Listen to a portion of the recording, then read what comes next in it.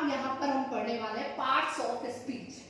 Noun हमारे parts of speech का पहला पार्ट है। जब सबसे पहले हम पार्ट्स ऑफ स्पीच स्टार्ट करते हैं तो सबसे पहले हम स्टार्ट करते हैं नाउन से।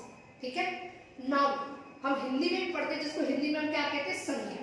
ठीक है, noun, a noun is a person, place और थिंग नेम। नाउन की अगर हम पर्टिकुलर डेफिनेशन दें या संज्ञा की अगर हमें पर्टिकुलर डेफिनेशन दें तो हम क्या कहेंगे, संज्ञा क्या है, एक व्यक्ति, स्थान और जगह के नाम को संज्ञा कहते हैं। इसी को अगर हम इंग्लिश में ट्रांसलेट करें तो क्या बनेगा, noun is a person, place and thing name.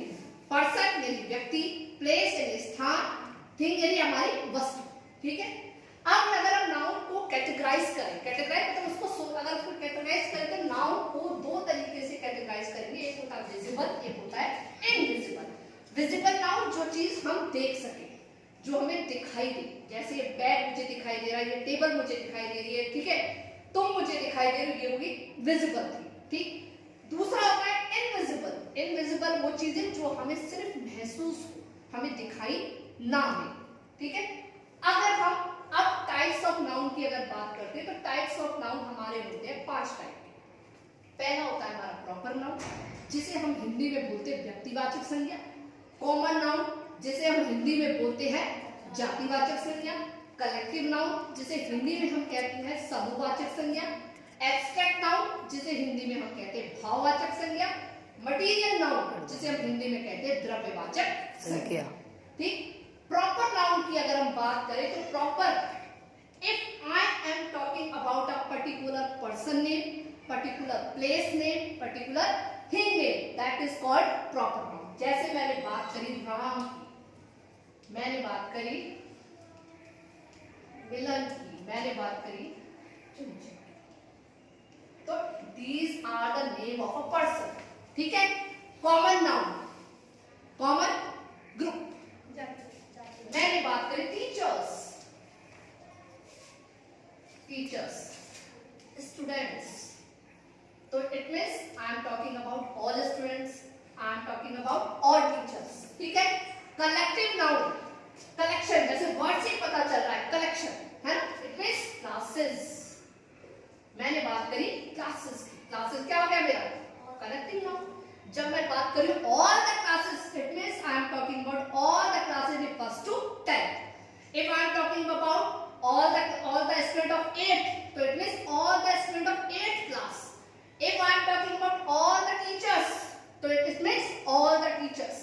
If I am talking about all the staff, तो स्टाफ में प्यून भी आती है, टीचर्स भी आती है, ठीक है, प्रिंसिपल भी आती है। ठीक है, तो ये हो गया स्टाफ। समझ में आया, teachers common noun, particular teacher name proper noun, staff collective noun. Difference पता चला। अब बात करेंगे हम एब्स्ट्रैक्ट नाउन की।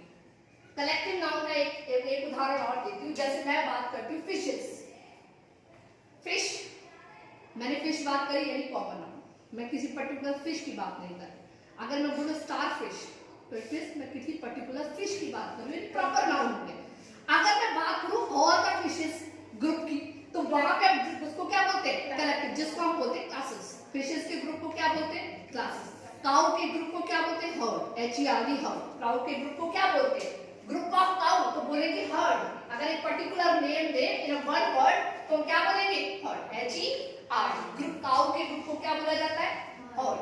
ठीक है, अब आता है एब्स्ट्रैक्ट नाउन। एब्स्ट्रैक्ट नाउन का मतलब होता है आपका भाववाचक, मतलब जिसे मैंने बात करी इनविजिबल थी, जिसे मैं महसूस कर सकती हूँ लेकिन देख नहीं सकती। अगर मैं एक वर्ड लिखूं काइंड, तो काइंड दयालु वर्ड है, इससे मैंने बनाया काइंडनेस।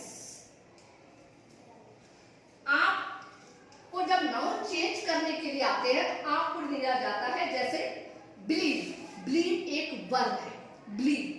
लेकिन अगर मुझे इसे नाउन में चेंज करना है तो बिलीव क्या बनेगा, वो बिलीव। ठीक है, मेंटेन एक वर्ब है जिसे हम चेंज करते हैं मेंटेनेंस, तो वो क्या है, एब्स्ट्रैक्ट नाउन। समझ में आया। अब आता है मटीरियल नाउन। मटीरियल नाउन मतलब थिंग, मटीरियल जैसे द्रव्यवाचक, द्रव्यवाचक रॉ मटीरियल। मैंने बोला कि ये टेबल है, टेबल नाउन है लेकिन it's not a material noun, it's a proper noun या कॉमन नाउन है। जब मैं कॉमन नाउन, लकड़ी की टेबल, वुड की टेबल, तो प्रॉपर नाउन, टेबल बोल रही हूँ तो कॉमन नाउन।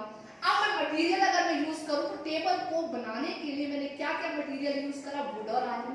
तो ये हो गए मेरे आयरन और वुड मेरे क्या हो गए, मटेरियल नाउन।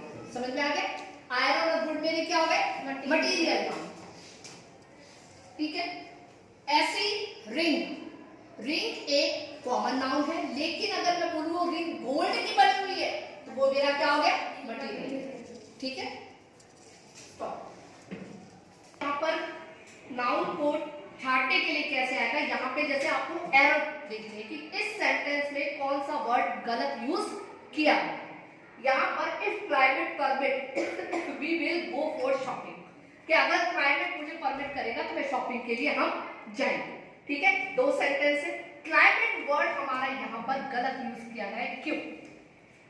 दो वर्ड होते हैं हमारे, क्लाइमेट और वेदर। ठीक है, क्लाइमेट और वेदर। क्लाइमेट हमारा होता है लॉन्ग टर्म रहने वाला है, लॉन्ग टर्म रहने वाली चीज। ठीक है, जैसे समर क्लाइमेट है, विंटर क्लाइमेट है, वेदर जो कि डे टू डे चेंज होता है। अब भाई मुझे शॉपिंग पर जाना है, तो शॉपिंग पर तो जब मैं जाऊंगी, जब आज वेदर अच्छा है कल वेदर खराब हो सकता है, या हो सकता है आज खराब है कल खराब ठीक हो सकता है, तो मैं कब डिसाइड करूंगी, जब मैं वेदर को देखूंगी। क्लाइमेट तो लॉन्ग टर्म रहने वाला, अब ठंड है तो इस समय विंटर सीजन है, तो विंटर तो चलेगा ही चलेगा, विंटर क्लाइमेट तो रहेगा ही रहेगा, है ना। लेकिन वेदर चेंज हो सकता है, तो weather day to day change होने वाली चीज है, और क्लाइमेट लॉन्ग टर्म रहने वाली चीज है। तो यहाँ पर कौन सा वर्ड गलत हुआ, क्लाइमेट, और इस जगह सही वर्ड कौन सा हो गया, वेदर। इस तरह से आपको छांटने के लिए